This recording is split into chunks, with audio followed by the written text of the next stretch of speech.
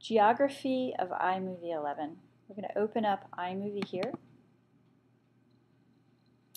And your iMovie is going to look very different than this because you may have other projects or you may have no projects at all. So let me show you the general layout, knowing that your iMovie may look very different. The easiest to identify window is this viewer window here. And the viewer window will play whatever you're scrolling through or playing through. And that information can come from one of two major windows. First of all, there is the project window. And I know this is the project window not necessarily by where it's located because things move around in iMovie. Watch this. Okay.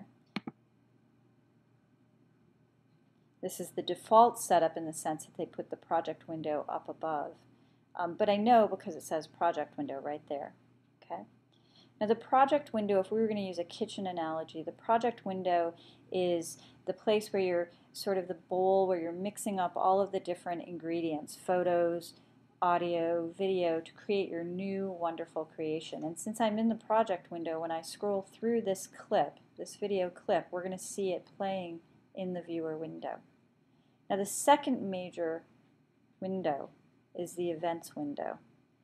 Right here we have a clip, a video clip, which is what an event is, right? It's either a video clip or an audio clip.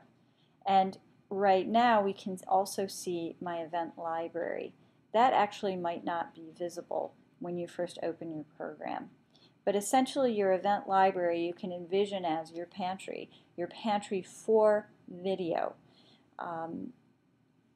iMovie stores photo and audio in accessible places, but we'll say a different pantry in the kitchen.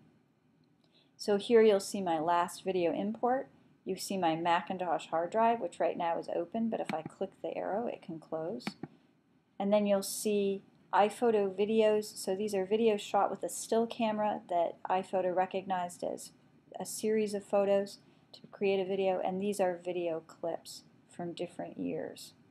Now you may have noticed that when I open and close things in the event library, different things are visible. So when I closed up that Macintosh hard drive item, when I closed it, I deselected the event, the clip that had appeared in the window. Another aspect of the iMovie geography is that sometimes these libraries are visible and sometimes they're not. So if I go up to Window menu at the top and I hide my event library, you're going to see it disappear. That gives us more room to work, but we can't see our events. So that's kind of a nice option. There's an option like that with the project window as well. Right now we can't see the project library, but if we click here, we can see all the different projects that I've ever opened. iMovie saves everything that you open. So everything that I've opened in iMovie and allowed to or transferred from iMovie 9 is existent here. If I want to go back to editing project, I go up to the top and show selected project.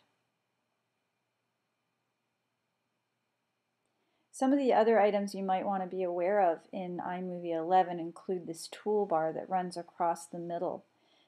In the toolbar, you'll see that you can import video from a camera.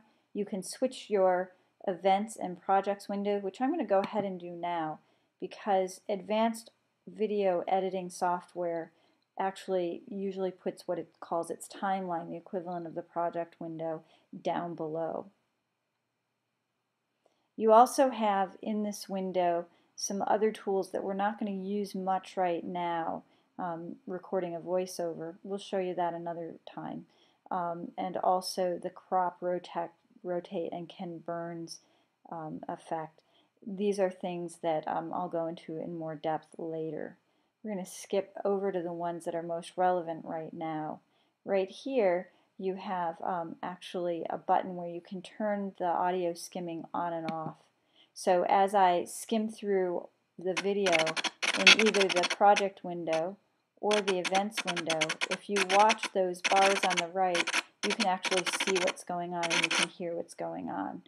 Sometimes I find that useful for locating where I'm at, but lots of times it's just an annoyance, so I'm going to turn that off and it'll remain frozen. These are the most important buttons that we're concerned with right now. This is how we get to our iTunes playlists, and I can scroll up and down the playlists to locate the playlist that's most relevant. So you can see here I have selected the playlist that I created specifically for this project. And in order to import audio, all I have to do is select it and then drag it into my project window, and you'll see that the window turns green, indicating that it's going to import that audio, and then that becomes the background audio for my project. In addition, you can import photos from iPhoto. You can't put them in your events library. This is your pantry just for what iMovie recognizes as videos. This is actually your pantry for photos, so to speak. But really, you're just looking into the iPhoto album that you created in an earlier demo. So I can go ahead and I can drag photos into my project window. So this gives you an idea of where things are located for working on your project, so to speak, the bowl in your kitchen. It shows you where the video pantry is and the items located in the video pantry. It shows you the currently selected item in your pantry. I can see what's going on in the viewer window. If I want to hear what's going on while I scroll, I have to click that switch. And hiding, I can go ahead and hide this iPhoto bank by clicking the X. So just in review, you can look at iTunes, you can look at iPhoto, or you can make them go away. Now, additional buttons that are a little more subtle but also very useful. If you want to see the waveform, the audio track for your events window, click the waveform at the bottom, on and off. If you want to zoom in and look at as much as all of your video clip, your event, or as little as a half a second, you can do that here. For precision editing, for editing in detail, this is very helpful. You can also do that with your project window. Here I'm showing 30 seconds. If you look in the lower right, I can zoom in and I can show a half second. I can also look at my waveform down here. And right here you see the waveform in blue that is the native sound to Jeffrey's water clip. You can see that these photos don't have any sound at all below them.